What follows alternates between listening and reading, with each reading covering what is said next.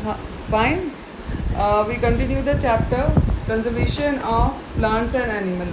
You have done up to the deforestation, consequences of deforestation, and all role of human in deforestation, natural causes of deforestation.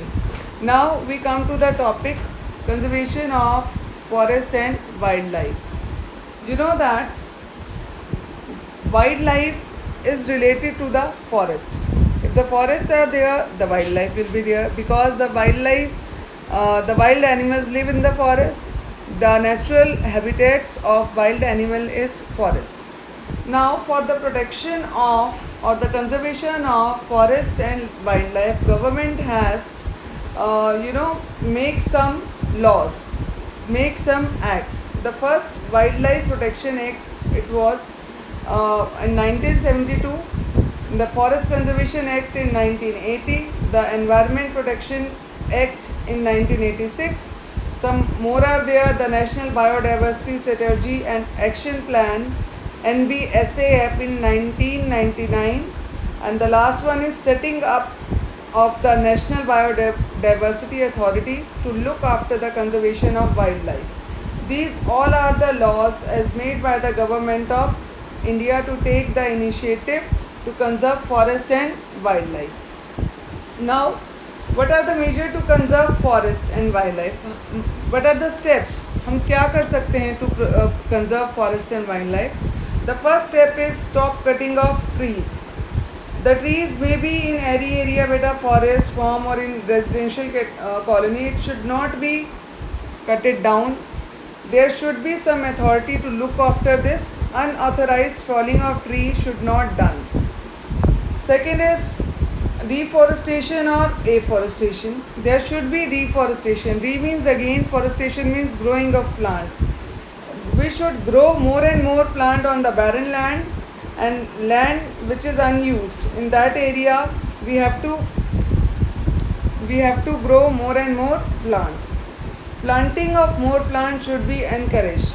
There should be motto of one man, one tree. There should be motto of one man, one tree. If land is not available around your home, you may grow in pots.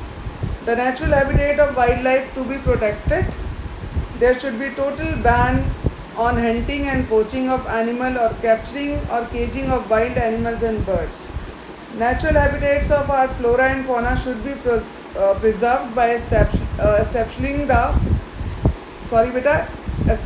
the protected area, sanctuaries, national park and biosphere reserve. So, in this way, beta ji, we have to conserve the forest and wildlife. Now we know that what is biosphere reserve.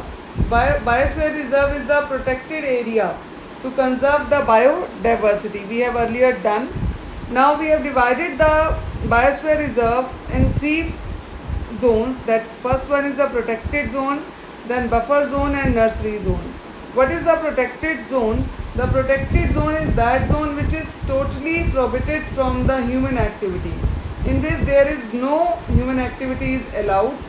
The land is covered well with trees and there is no disturbance for the wildlife. Even there should not be collection of dead firewood and dry grass by cutting of trees or the falling of the trees. Second is buffer zone. This zone surrounds the protected zone. In this zone, the saplings are planted to replace dead trees for reforestation. Tourists are also encouraged to visit this zone to educate them about the importance to safe environment. And the third one is Betaji nursery zone.